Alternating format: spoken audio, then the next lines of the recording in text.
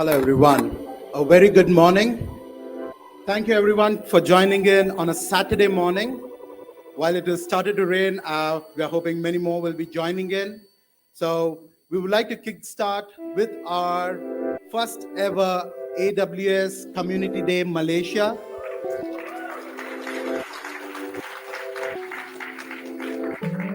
Welcome to the first edition. And some factual information, we have close to 445 registrations. We have almost 150 of you in. I'm assuming we'll be close to 250 to 300 by the end of the day who will be in for the entire event. So that's some of the details. I want to start off by sharing what Community Day is and what you should expect out of today, right? So Community Day is basically an event by the community, for the community, where we all can learn from each other. The best way we learn from our peers, and that's what this event is all about. We have tried our best to bring in the best of speakers from across Malaysia, from Singapore, and from India, who have joined us to give a talk today during the Community Day event. So moving ahead, as I said, this is our very first Community Day, but given the support that we have had so far, this will not be the last one. We'll be doing many more with your support, continued support. As you would see, this is listed on the website of AWS as the first one, and there are many more happening globally. There are 10 more that are happening globally similar to this event, right? So this event, the Community Day Malaysia, is brought to you by the AWS user group, where we run meetups every month, and we would encourage you to join in as we progress. That's some more information that you will hear from all of us as we progress through the day. This event would not have been possible without the sponsors that we have. So we have gold sponsors, Exabyte and Couchbase, and we have our silver sponsors, eCloud Valley, Asia Pack, and Blaze Clan. So thanks to the sponsors for supporting and coming out to help the community have this event. And of course, we are being supported and enabled by AWS. A lot of support coming in from the solution architect team, the marketing team, to help us to put this entire thing going through, which we have been planning since January this year. Next is Monash, this wonderful venue that we are all in, and they are housing us for the entire day. Thanks to them for graciously opening up their, the venue to us. And finally, we also have Sessionize, which we use, and they were made available for free to us to source all the speakers and manage all of them and communicate with them. And last but not the least, Confab, with which you all have registered for this event and was made available for free because this was a community event. So special thanks to them as well. So what do you expect today? We're going to have two fun-filled and information, a lot of information from the 5 sessions that each of the tracks are going to have. And of course, we're also going to have the game day, which is a full day session. So for those who are not aware what game day is all about, game day is a hands-on experience where you have a sandbox environment and you'll be able to test your AWS skills in the environment itself. For those who are interested, with your team, with a maximum team of 4 and minimum of 1, you can register in the booth that we have right next to the sponsor booth. So feel free, we'll open up for that at 11 o'clock, along with the other tracks. Towards the end, to conclude it with the bang, we have some quizzes and giveaways. From all the registrations that we have had, close to 87 of them came in through references and referrals that registered for the event. So it is our way to recognize that, and we want to give away some gifts to the top 10 referrals who have done them. Towards the end, we'll also announce the game day winners. We have some special gifts to give away. And last but not the least, we'll also have a lucky draw for all those who are joining in towards the end. So today's agenda, which you would have seen on our website, which has been put through, we are starting off now with the opening note and the keynote. And towards the end, we'll until 11 o'clock, we'll have the second session here end in this auditorium. And then we'll be splitting into 3 tracks. Track 1 will be in this auditorium. Track 2 will be in auditorium 2. And the third track, which is the game day, will be in the 4th floor to your left, once you exit from the auditorium, right? And towards the end, after the tea break, we all resume the session here for the end of the event. So this is the map. So we are in Auditorium 1. After the registration booth, you are in Auditorium 1 in Building 5.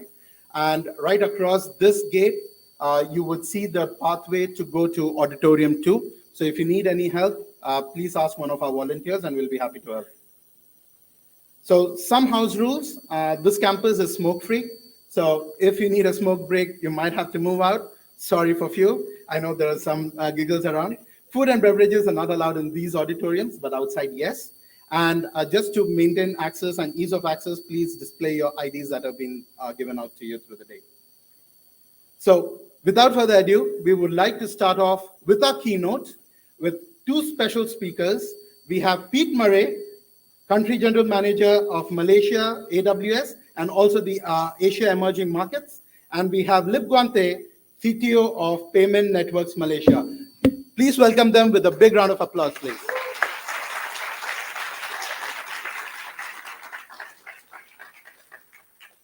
Thank you.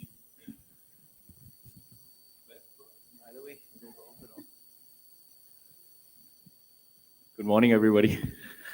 Morning, all. Kaushik, thank you so much. Yeah.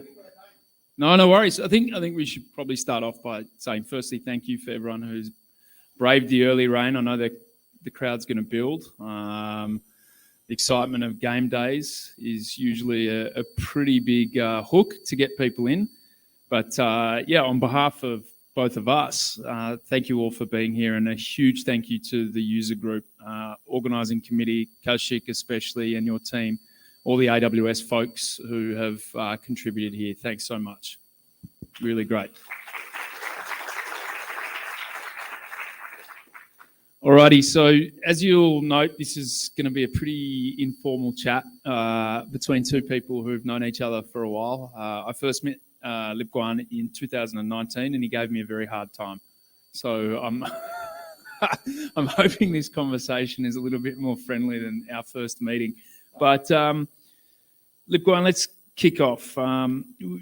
Very exciting day, lots of technical content, a lot of, I guess, diversity in what people are talking about, which is really exciting because that means what developers and engineers in Malaysia are interested in for this community day. But I guess for your and my discussion, we really wanted to talk about our careers, the development, how we got to where we are today, our thoughts on the industry, hiring, how we hire, as well as more broadly what we see coming down the track in Malaysia, which should be pretty exciting for everyone in the room here. So let's start off with a little bit about you. Why don't you sort of tell us a little bit about yourself? Okay. I don't think it was that bad when we first met. Just for context, I was trying to make sure that AWS would eventually set up a region in Malaysia. It was a very important part of my dream, what I wanted, and I'm very happy. We'll talk about it a little bit later as well. My name is Lip Guan. I have the beautiful privilege of being the CTO of what I think is probably Malaysia's best kept secret, which is a little company which is 600 people full. Very few people know about it, but we provide the switching infrastructure, which means that we are the hub that connects all the banks in Malaysia. And our goal is to run this switching infrastructure at as low cost as possible, as efficiently as possible, so that we can unlock efficiency for Malaysia. What that means is we have a very unique capability and draw that helps us to make a good environment for companies large and small like AWS to be in Malaysia as well. And some of the things we do it quite transparently without anybody feeling it. If you go to any ATM in Malaysia, you can withdraw from any of the other banks at 1 ringgit, which is under 20 cents US, which is ridiculous. Many countries in the world, they charge $6 US. So we're able to do that. We provide FPX, JomPay, all the pink QRs which you see. So all that infrastructure is run by a 600-man team, and I look after technology in that. So yeah, that's a little bit about what I do.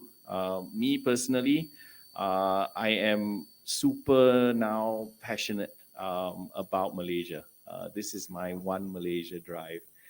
This is my way to, I think, put my skills to use and collect everybody's energy towards a really unique goal of advancing Malaysia and putting a little country on the roadmap.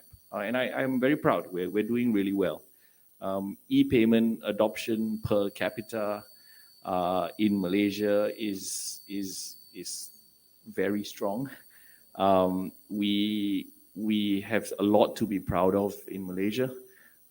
Some of our services which we host on AWS for elasticity, for example, we run a national debit card switch that's called My Debit. Every ATM card in Malaysia is actually designed and has software on it, which is our national debit card switch. But what I think is unique about it is My Debit is bigger than Visa and Master combined. So our volumes are between 3 and 4 times of Visa and Master combined in Malaysia. So this is cool tech, super important stuff for the country. It cannot fail. It has to be 24/7. It has to be ultra reliable. It has to be ultra efficient. So that's a little bit about what I do, the company I work for, and my purpose and what I'm doing. Yeah.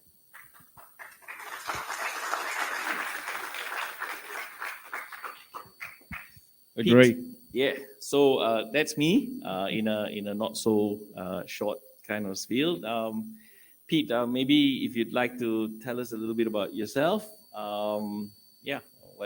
What drives you? What you going for? Yeah, I think. Thank you. I don't have as I think. Well, I think I'm working for an organisation now that's pretty inspiring. I think what has brought me to change my career, and I know that there's a lot of people in the room today who are thinking, and always will be, and you should be thinking about your career. What's most brought me to where I am today is really, I started my career as a banker, came straight out of university, didn't really know what I wanted to do, and got into the banking industry and worked for organisations like National Australia Bank. Sorry, I'm Australian, in case. Accent doesn't give it away. Sorry, yeah, I should have disclosed that up front. My bad. And then I worked in Australia. I was very lucky to get relocated early in my career to China and spent time in Beijing. That kind of really, maybe not from a professional perspective, but certainly from a personal perspective, definitely was a big moment where something in my brain pivoted to, there is a big wide world out there. I worked for organisations like NAB, Macquarie Bank, and then I think I was lucky to land in ANZ, which some of you might be familiar with, ANZ Banking Group. Worked in the global markets division, very focused on foreign exchange and capital markets products, and moved to Singapore when ANZ was going through its big super regional strategy in 2013. And at that stage, because I was working in the markets business, which was very much around electronic trading, I learnt how little I knew about technology. Everything was, anything that was traded that was cash, anything that was traded that was in an equities or a foreign exchange perspective was traded electronically. And what was happening even in 2013 is the most important person in every business conversation was the technologist, was the person who could bridge between what was happening in the technology stack and the back end and the trade flow, and could communicate that to a dealer, a trader, a broker sitting on the other side. So I saw this 10 years ago in markets, that people who were able to understand and were able to demonstrate a curiosity in technology, but also translate that into business, were the people who were the most interesting to talk to. And so I really that was really when a light flicked on for me to dive deeper in technology and learn more. And I sort of threw myself into projects. I put my hand up to, be on a project steerco or help out on putting together a deck for, a business application. Even I remember doing application upgrade. Nothing that interesting, but that helped me learn about deployment methods. And I think probably one of the first times I heard SaaS, and I didn't know what SaaS meant for about 6 months. And then I sort of did some digging and thought, okay, that makes sense to me. So, yeah, and that brought me into greater contact with a lot of technologists, and it brought me into contact with this concept of cloud. And 2015, 2016, 2017, cloud, certainly in the context of financial services, certainly in the context, I think, of Asia, to be fair, was pretty nascent. And it was pretty much, startups, but that's not for serious business. That's not for enterprises. It's not secure. It's this, it's that. And what I started to meet people in the industry. I left banking. I moved to a startup for 2.5 years in Singapore to build that out. And I got to know and meet a lot of people at AWS. And I found all of the people I met at AWS they're very diverse and different, but they had a consistency to them, which was, they were curious. They asked questions all the time. And I really enjoyed that. And there was an opportunity, talking to the then general manager of ASEAN, a guy called Nick Walton. There was an opportunity to come in and, look at our financial services business and say, what were we doing right? What were we doing wrong? How are we going to grow it? How are we going to have conversations with someone like you and make, someone like you who actually understands cloud, but potentially is sitting there saying, well, I have a high bar on security and compliance and availability. How are you going to work backwards from that? And so for me, it was a really good opportunity to get into the organization. And then, I'm now 4.5 years at AWS. And I moved myself and my family to Kuala Lumpur over the last couple of months to be the country GM for Malaysia and our emerging markets business, which is Cambodia and Laos, and fantastic, exciting countries that can learn a lot from and are learning a lot from Malaysia. And yeah, I'm here because I think there is nowhere else, let me repeat, nowhere else in Southeast Asia, potentially APAC, that you want to be right now at this point in time as a technologist, aside from Malaysia. Fact. Number one destination for data center investments in Southeast Asia. That's not Pete Murray, that's Knight Frank who said that last month. They've looked at every country. This is the number one destination. The volume of private equity money that is coming into Malaysia right now for data center investments is, I think, 70 cents on the dollar in the region.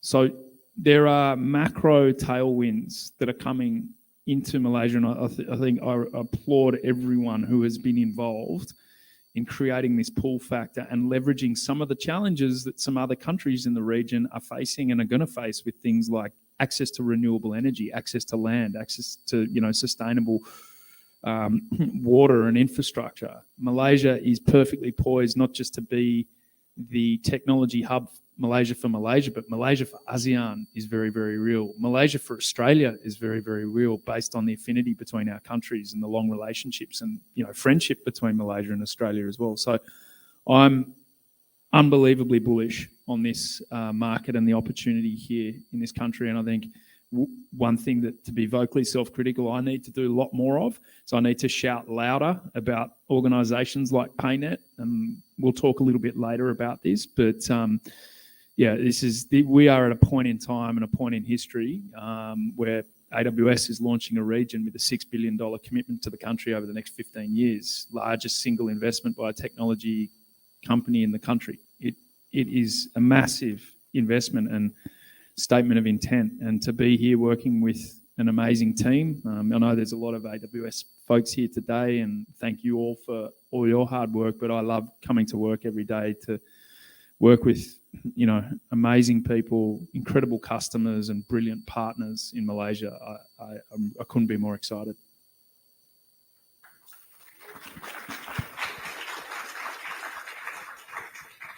So to you, we're here at uni. Tell me about your uni days.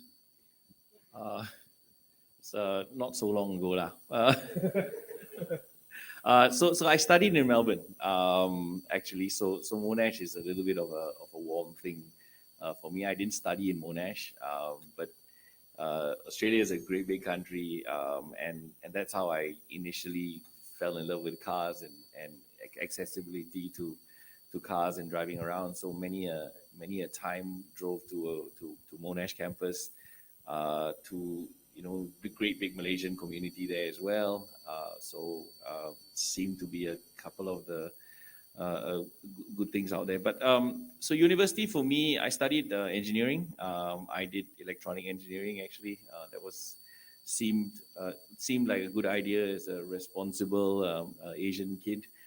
You're either a doctor or an engineer. It basically follows those lines. So I did engineering in Australia. And when I studied engineering in Australia, I actually found it very it was dry. That's how I did it. So I started part-timing. And one of the first things that I think was very unique about time in university was the opportunity to really be in control of your own destiny, right? And to really know how to apply your time and to do wise things with it. Of course, the wise thing I decided at that point in time was to go and climb on the roofs. And what we did was we actually wired up. I stayed in a dorm, like a hall, and there was a computer lab at the time, but there was no internet or Wi-Fi or all that kind of thing. So the first thing I did was actually to go and wire up all the rooms, and it was really so we could play games, right? So we wired up all the rooms in university, and then we got caught. But the very unique thing about university as an environment, which was a big change for me in Australia, was they said, "Hey, good stuff. Would you like to do it for the rest of the university? We'll pay you." So that's the beginning of how I kind of moved from engineering to hardcore IT. So we picked a whole bunch of equipment. We spent a lot of time researching. At the time, we was news groups, and we bought a whole bunch of Cisco equipment. We got a few Sun servers. We set up DNS, and it kind of snowballed from there. So that was IT as a beginning for me. Wiring 6 rooms. We then wired 250 rooms.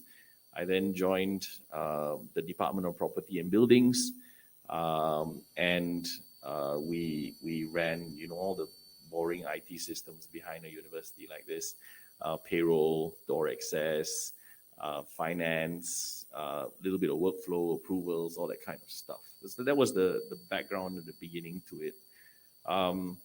And then I got the great call, and my mom said, "Hey, time to come home." So I gave that all up in Australia. I came back here. At that time there was nothing called a startup. It was called a .com. So I started a small software development house. We basically built location services for telcos. It was a 3-man .com. So I did that. I subsequently sold the business, and then, like you, I entered banking. So I'm then a career kind of banker, but on the IT side of things. The hot thing then was internet banking. That was when just around the time Maybank to You was coming to light. So we were setting up and building internet banking for real retail use, as in real public use, to do that. And it kind of snowballs and rolls along. And then I got a bit tired, and banking is tiring. It's the chase on the listed company for cut costs, find new revenue, do it better, do it faster. And so 2018, I took this great jump, and I joined PayNet with a different purpose. Not so corporate profit cost driven, but outcome for national thing. And it's a real blessing. No other place I think you can put tech skills for country good, right? That's the draw of working in the national switching infrastructure. And the fact that it's not for profit and the goal is to offer these services as efficiently as possible to the country is a huge blessing. So that was a little bit about how I kind of went through it. University is a super powerful time for the students who are around. You never know where you're gonna get to, right? I was really sitting there doing. The goal was to play games. that was the initial goal, and that's how it snowballed to this. So that's the fun behind it. Pete, it's a bit of a long-winded answer, but it kind of gives you a little bit of that thing and how one skill leads to another. How you don't have to be formally trained in something. The appetite to learn is all that you kind of need. Yeah, I agree with that completely. Chase something that is enjoyable and fun, and then build skills around it, not because you're feeling forced to, but because it's interesting, right? And something will come out of that for the students in the room. And people will recognize you for it too. Yeah, passion, right? Yeah. Just why would this nutcase climb on roofs and just give him a job? Exactly. So that's how it is. Crazy ones are good. Crazy people are good. They're the best. You mentor a lot of people as well, like you indirectly and directly, and you've seen a lot of people, a lot of technologists manage their careers. Some have made really great decisions, I'm sure, and some you've looked at and gone, I wish I could just tell her or him that that's not the path to take, but sometimes it's tough. Like, what are some of the things, maybe one or two key things that you were really important to you as you thought about your career and you made that big move, banking to PayNet? And I'm sure a lot of people around you went, huh? So, what are some of the key considerations? Were people who, we've spoken to some of the students here, but I'm sure there's a couple of people here probably at that maybe 10 to 15 year mark where they're thinking about that next move and there's a lot of fear, uncertainty and doubt. What were some of the key considerations for you? I think you'll never be super sure about something, right? And everything in life is a calculated risk. So for me, I was very clear. What were the type of things that I wanted to do next in my life, having spent a long time in this corporate environment. I was looking at things like working in the United Nations. I was looking at things like some sort of government policy related work because I was for me personally, trying to make a difference. But that's just where I was in a point in time and what was kind of spinning through my head. But back to your original thing on mentoring and people and career choices. I think that there's two certainties, right?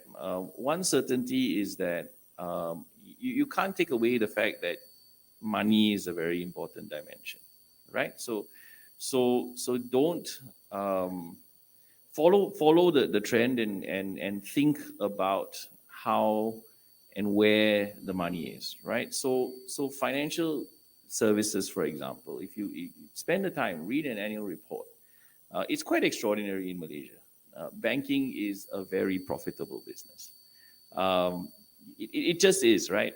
Very few large-scale businesses have 50 cents to the dollar, right? If you see the metric in an annual report for a bank, it says the cost to income. A terrific bank who is maniacal on cost is a bank like Public Bank. And read the annual report. They make 70 cents for every 1 ringgit.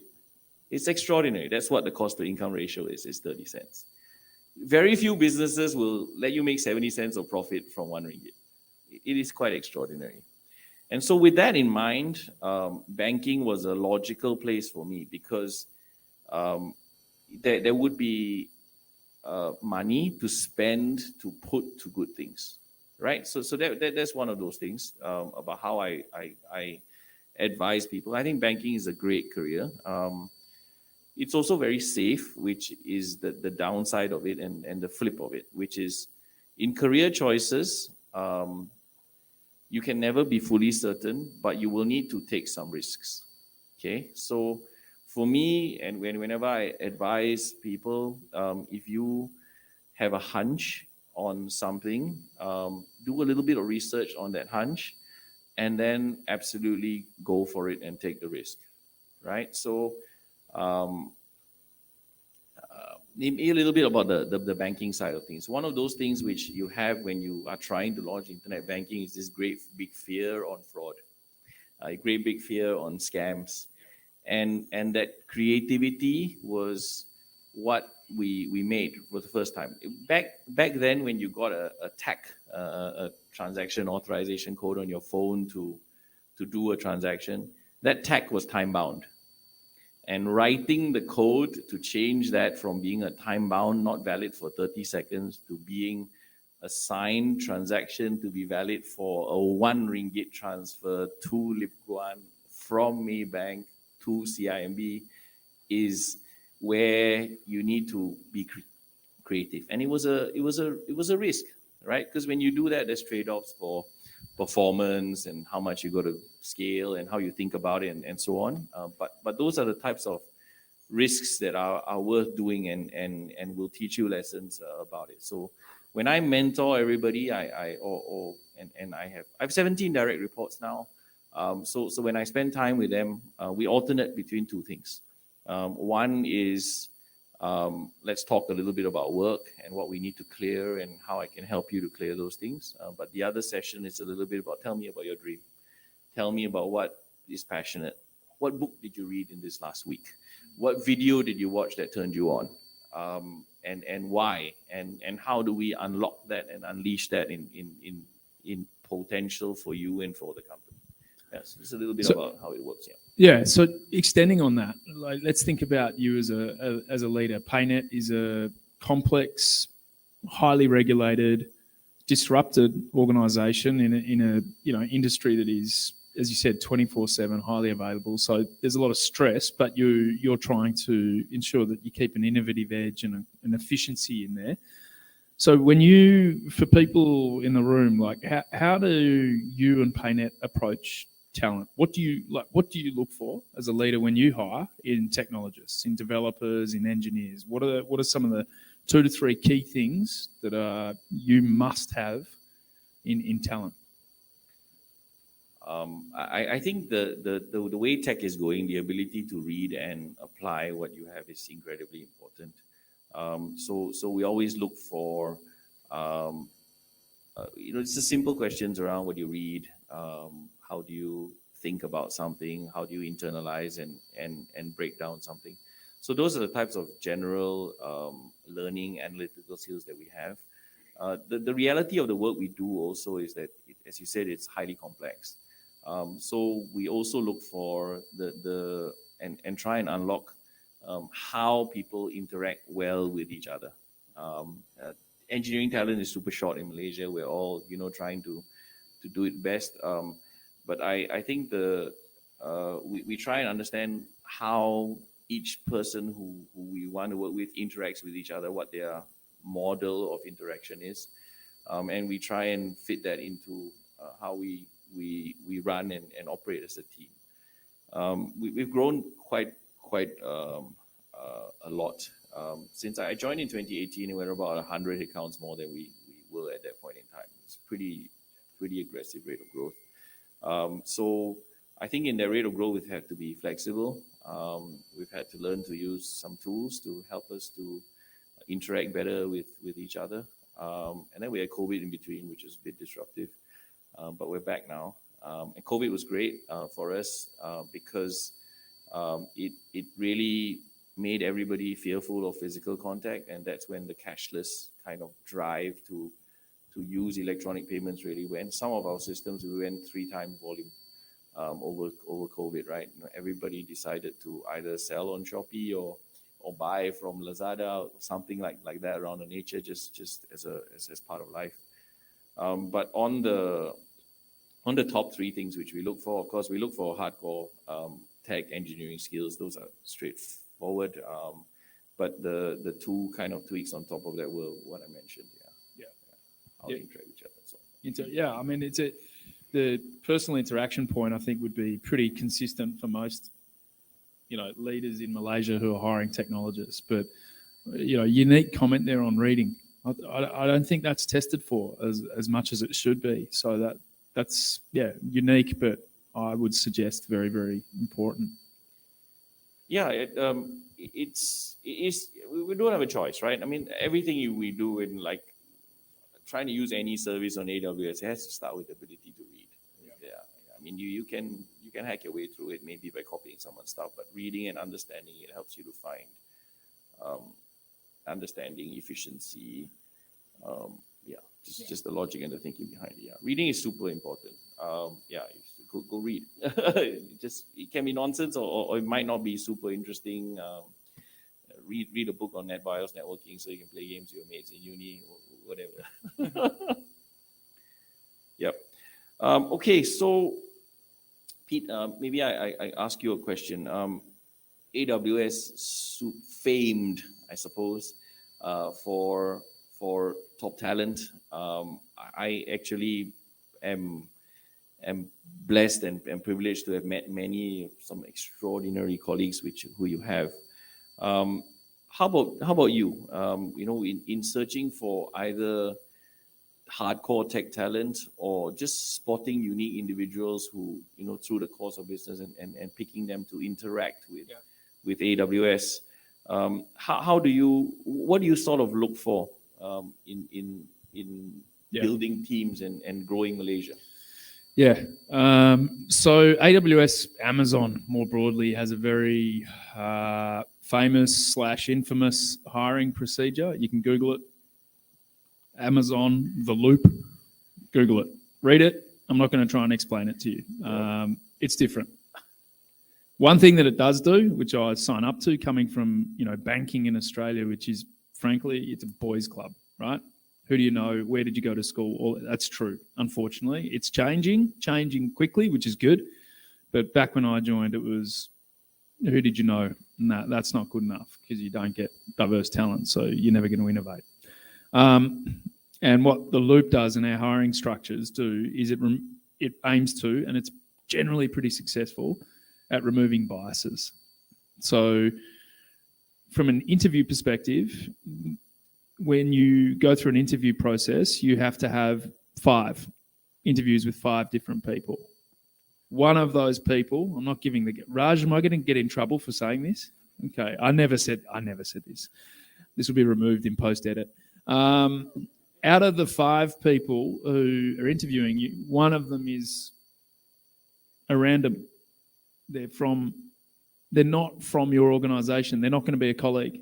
They're not going to be a direct person you work with. And they are there not to interview you, but to hold the other 4 people accountable and make sure that we're not like, oh, we really like, we all know him or her. We all, oh yeah, they're great. Oh, they've got these skills. And oh, we know them. Yeah, but what leadership principles did you test? What examples did they give you? What data points showed that they are going to be a good fit culturally for the organization? 30% of our decision making on talent is based on functional fit, functional skills. This person wants to be a machine learning specialist. Do they have hardcore machine learning skills, and do we have confident? And we do that first. So you screen for the functional fitment of the role first. Then you go to the cultural element, and that's 70%. So the best technologist will probably get through that first layer, and then we will test for cultural fit. Why? Because that cultural fit is then going to be immediately displayed to our customer. So the best technologist who leaves a trail of destruction internally behind them is not good for our customer. And we are absolutely, relentless on this. So what do we look for? Well, we trust the process, we trust the structures that we've put in place. But then more broadly, what do Raj, myself, Fabian, the other leaders here from AWS, what do we talk about a lot? Is this person going to be passionate about our mission in Malaysia? Are they absolutely all in on building at a moment in time that we're never going to get again? You don't get to launch a region twice. We don't get a do-over. We're not going to, we've talked about internally, we don't get to launch our region then go, let's do it again. We're not getting this again, right? Once we launch, all in. So people who are passionate and excited about that will be really, really attractive. But equally, we seem like we're a huge organization, but we're not that big. So we also really like to talk to our own customers and partners about the way that they hire and make sure that, we're sharing as much information on talent and events like this and education and certification, because we also really, really believe that that broader community is full of people who are going to be awesome for the industry and for the communities. They just, whether they work at AWS or not, doesn't really matter. There's incredible talent out there, and we see our role to help increase the engineering and developer baseline in the country. Cool.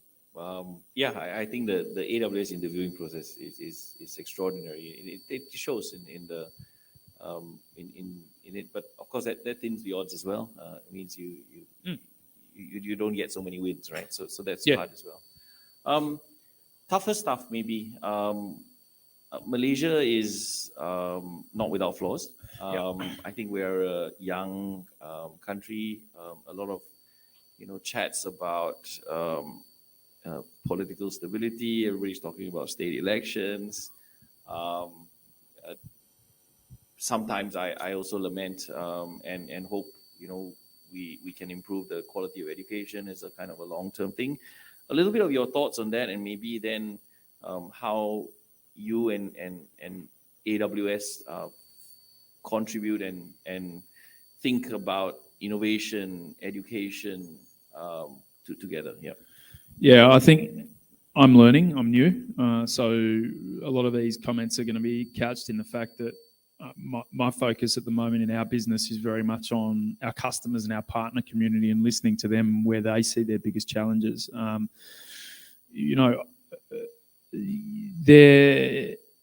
There is, in the absence of information, look at the data and look at the anecdotes. I think we've made a pretty big public commitment to invest in the country, and that is for the very long term. So, one of the famous things that we hold ourselves accountable for at Amazon is thinking long term. And when I say long term, I don't mean Q4 this year.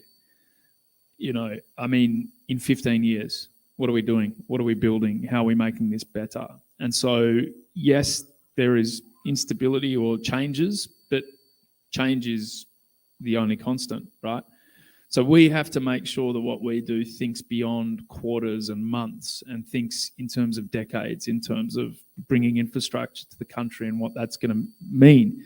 And obviously, when we make an investment of this delta, it's modeled on what we believe this will mean for the country and for the region. So we remain incredibly long-term optimistic on Malaysia and short-term aware that we have to invest, us, and also communities like this and business leaders such as yourselves, we all have to invest in having a consistent dialogue and like a consistent insistence on skills and education.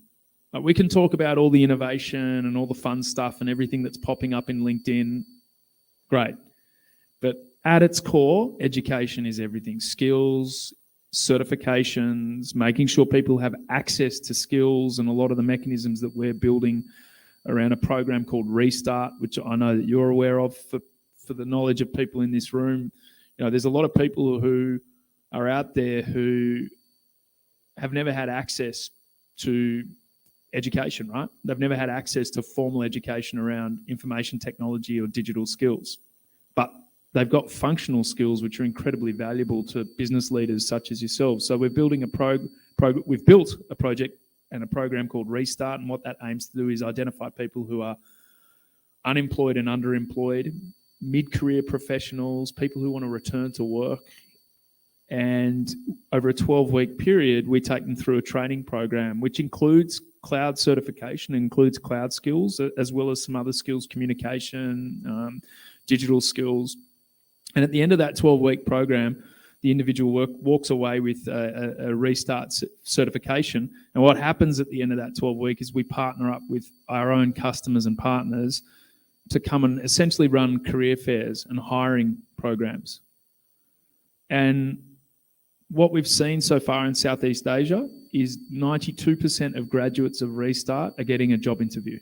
92. And this is a couple of thousand people now. We're about 12 plus months into this program. And about 70% of people are actually getting a job offer.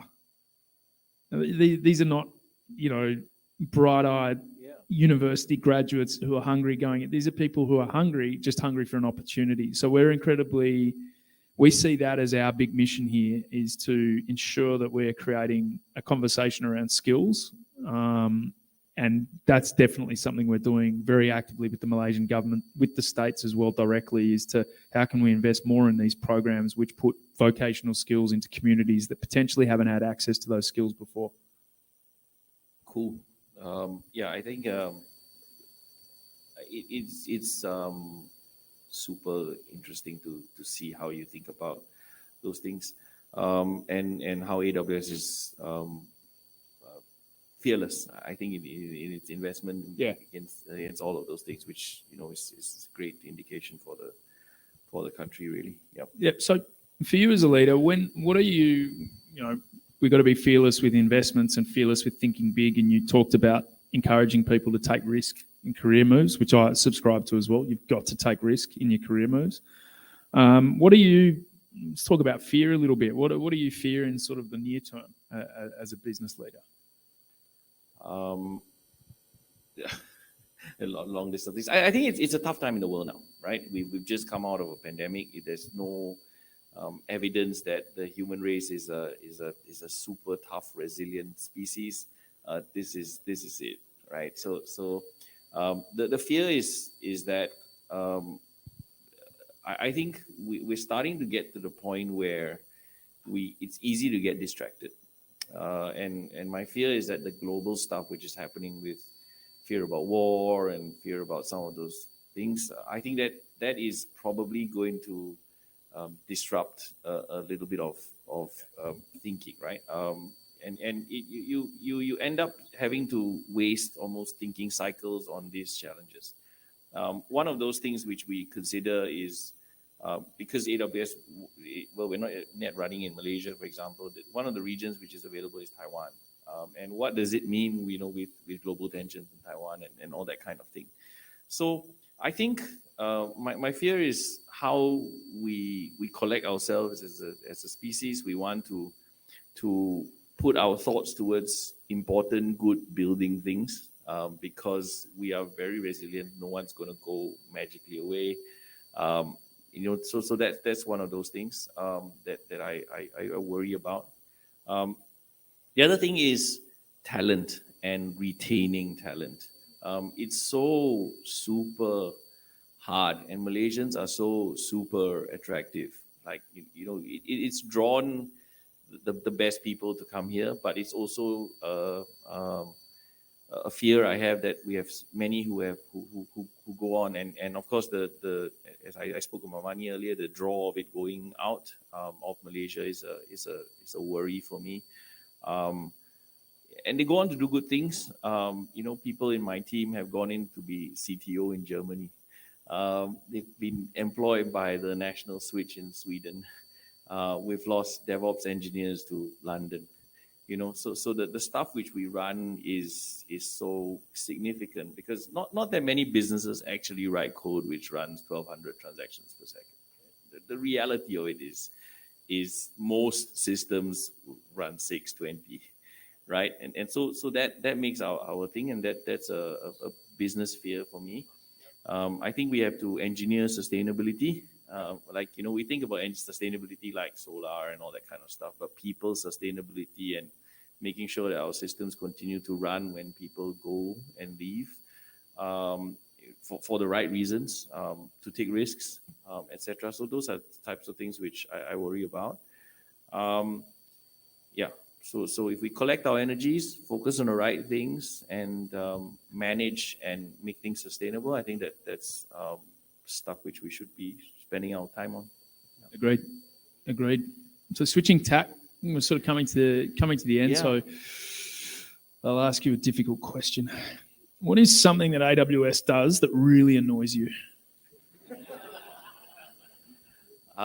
So I think there's not too many things that annoy me with AWS Come on, much come on. anymore. Like in the beginning, I was super clear in my mind, right? We need to have cloud in Malaysia.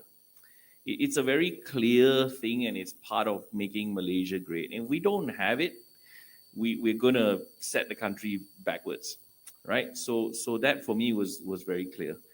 I think in the beginning, and why I gave Pete and a whole long list of people a hard time was trying to get clarity on this necessity and urgency to be in Malaysia, and then also, having the other conversations which we're having at the back, with different people to help and make sure that it happened. So I think that's one. For me, what I think about AWS is the answer is shady until it's definite yes, and that for me, winning that trust so that it's not shady is something which I need to earn myself and the company which I work for and win that trust with you, and we now have it. But that is super frustrating for me, that it's very difficult to get a yes. And I feel like I'm talking to people who are not empowered or what. So that's one of those things which I guess you know. Yep. The other part about it is the scale and the rate at which AWS has grown is quite breathtaking. Yeah. And sometimes the consistency, when you have that rate of growth, it's a hard thing to do. I have that same challenge myself. Yeah. So I can't critique you for it. I think it's just part of growing at a pace. Yeah. But those are the things which I work very hard with your team to solve. Yeah. I think that's fair. That consistency point is something that is hard for any business, whether you're a startup, whether you're a mega multinational. You seek consistency, but where's Fahim? Fahim from AWS. He's left the room. He fixes that for you. Raj, let's make sure Fahim's on point. Okay, no, good feedback. Yeah, no, I'm not trying to put you on the spot or anything. It's part of us growing together. Maybe a question: what can Malaysia do better? Like, what do you think? We should do. Like, how do you think about it? You traveled and seen a bit of it. Yeah. I've talked to my team about this a lot, and I'm learning. But I've been living in Southeast Asia for 10 years, working in the region for 10 years. So I only know what I know, and I definitely don't pretend to have all the answers. I mean, a kind of a weird fun fact about me is I did my honours thesis at university. Back to the university theme. I actually did my honours thesis in Proton. I wrote my honours thesis on the Japanese post-war economy and its impact on car manufacturing in Malaysia, and the case study was Proton, and specifically the Proton saga. It's a fabulous read. It's a real page turner. If you ever need to get some sleep, I'll send you a copy. But what Malaysia does incredibly well is, I'll be very personal here. Been here 2 to 3 months. I've travelled and worked. I have never felt more welcomed or included anywhere in my life, and that includes where I grew up. Fact, never. I walk around or go for a run in the morning, everyone looks you in the eyes and says good morning. And I am an outsider, right?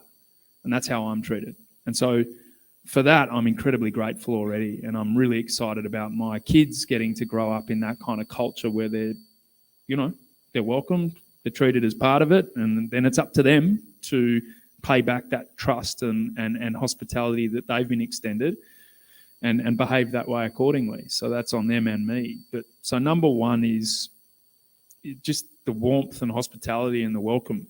That's actually a superpower in this region. I don't think we acknowledge that this is actually a wonderfully inclusive place. And that is actually a huge selling point to a lot of large companies that need to hire and retain talent, is that you're already starting from a base where there is a cultural base of teamwork. There is a cultural base of inclusion and welcoming, sense of humor, right? That's as an employer, that's pretty attractive as a baseline compared to some other countries at the moment where the attitude is forget cultural. I don't even want to come into the office ever, and I don't want to sit next to someone, and I don't want that, and I want this, and I want that. That team spirit needs to be worked on. So I think there's an incredible base here. Spoken to Raj and I. Raj is our head of technology in the country. If you haven't met Raj, say g'day. Raj and I have spoken about this. Like, we're an incredibly humble team for the talent that they've got. Incredibly humble, and that's good. It's a beautiful thing. But humility with confidence is really, really important as well. And I think there's sometimes this thing that confidence equals arrogance. No, it doesn't. It doesn't. Confidence means very, very clear on what you're going to do for a customer to help them. And that if I have to have a hard conversation with you or one of your teams to say, no, I know the answer here, we need to do A, B, and C, that's okay. You can do that in a humble and respectful way. So I think learning the art of the pushback is totally okay. And that's something that we're working on as a leadership group to, retain the humility, but increase the confidence. So those are soft things. From something more quantifiable, I think everyone everywhere must invest more money, actual money, in education at every level. And private industry have a role to play here. Big companies who are, 70 cents on the ringgit, that money needs to be going towards educating and training their own staff, right? So that's part of my role, is to have those conversations with CEOs and board members. And the good news is the board members that I've spoken to so far in Malaysia, when I look at them and say, you need to spend money on education, they say, I agree. So I think we need to do a better job at challenging our customers to think bigger on investing in skills. Paynet is a role model for this, by the way, of, I'm not going to embarrass you here, but putting their hand in their pocket and paying for their developers and engineers to get certified. It's becoming more prevalent, which is great, but it's becoming prevalent because of people like you, and I think we owe you a debt of gratitude for that. No, I think it converts also, right? And the conversation with the board was just following on that. It is. We used to spend X per employee, and then we said let's spend a little bit more, 10% more, and let's see the outcome. And the outcome is super worth it. Yeah. Yeah. It's so the business case solves itself, and I never have the challenge now. I'm in my fourth going on fifth year. I never have the challenge anymore. We need to do this. We should train, and so that's how it kind of converts. Yeah. Agreed. So, final question for you. What are 3 things that you'd like everyone to take away from our chat today? Number one, I hope you know about Paynet now. We're kind of like some super secret kind of thing, but it's not. So know about it. Be proud of it. Tell your friends and use it with pride. Right. That is a something which is genuinely unique and a terrific output. So that's one. The second thing is we're hiring. We have 87 open vacancies at the moment. So anybody who is looking for a career change, lock the doors. Anybody who is looking for a career change, and you can put up with not quite the loop but mini loop. We're certainly looking for the help to do it in-house. A lot of the push is to develop sovereign software.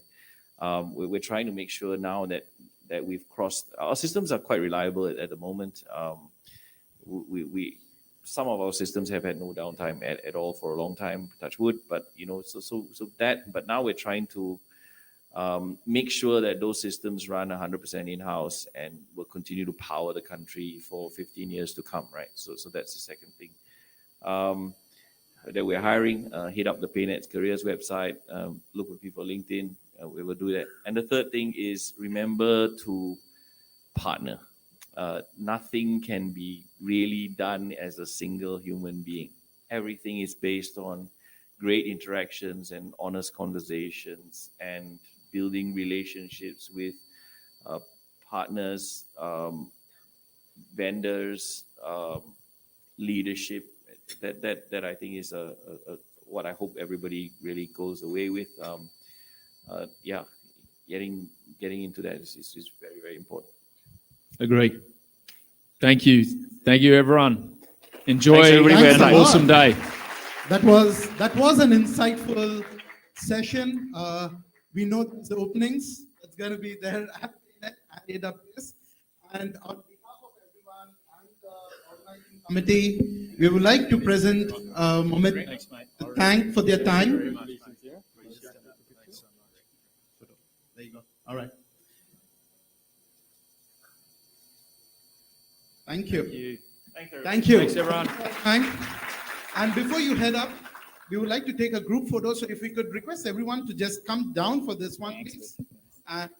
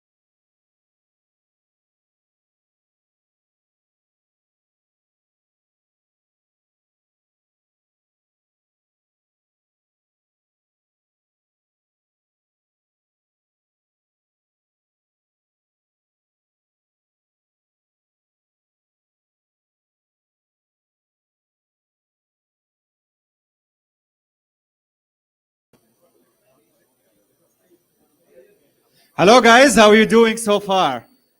Good? Good? Okay, I have a question. I always ask this question. Who never attended our monthly meetup? Never. Okay, wow, we have a lot of people. Okay, for people who don't know our monthly meetup, you can scan the QR code here behind Nasser. And please do register on Meetup, our Facebook. We always have basically every month a meetup where we bring speakers from different companies to share how they do things on AWS. Plus, if you are looking for a job or hiring, we always do as well a 10-minute slot to announce hiring. Okay, so who's community builder here? Do we have any community builder? We have one all the way from India. Okay, we have 2, 3, 4. Okay, whoever a community builder, of course you know Shafres.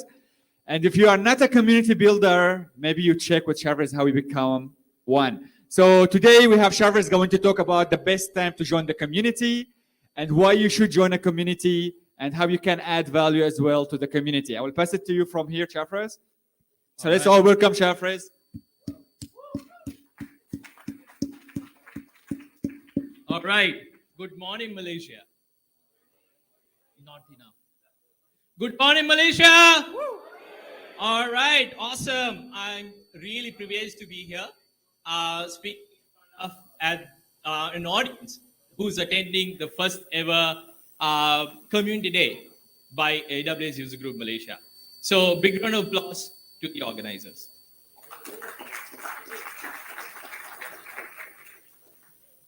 So 12 years ago, I was sitting at a lecture at a university.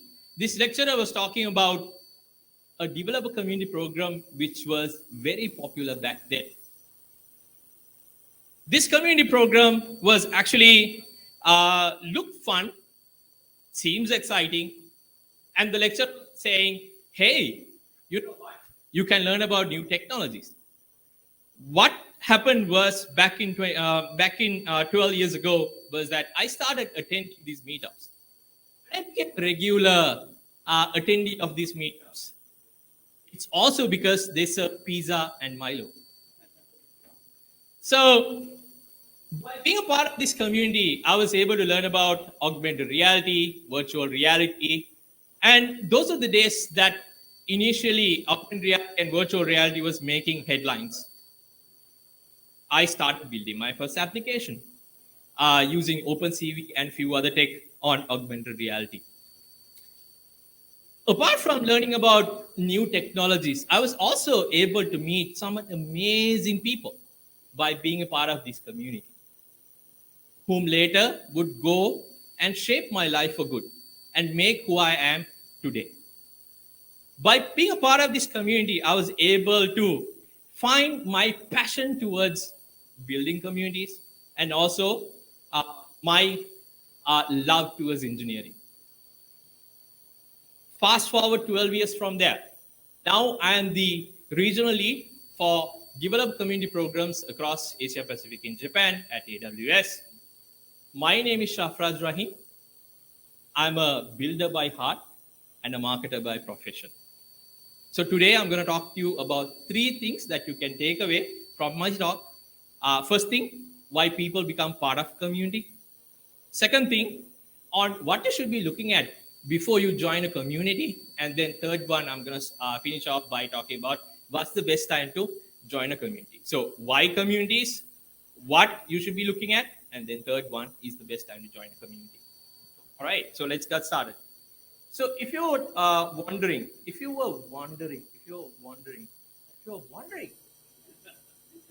okay. Let me try to click all the buttons that I have here. Okay, this is work. Let me go to the podium.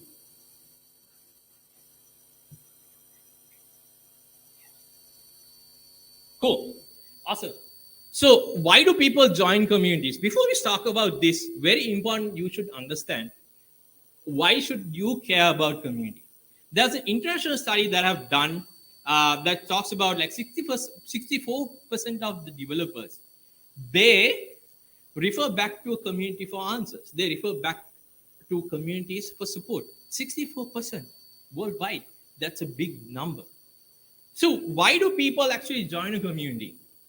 right? So it's very important for of us to understand before we start off anything why it matters, why are we a part of one community. So this is going to be like an interactive discussion. So I would love all of you to participate in this discussion. Before I spill out some of the stats that I have, rather than like me spilling out stats, let's ask all of you, raise of hands if you are a part of a developer community, any community. It could be AWS, it could be non-AWS. All right, higher, I can't see. All right, awesome. Some of you are already part of a community. So can I ask, why are you part of a community? Why? Yeah. Like-minded people. Okay, so that's one answer. Like-minded people. You are able to meet like-minded people. Do I have any other answers why you be a part of community? You can be very direct. Looking for job. What else?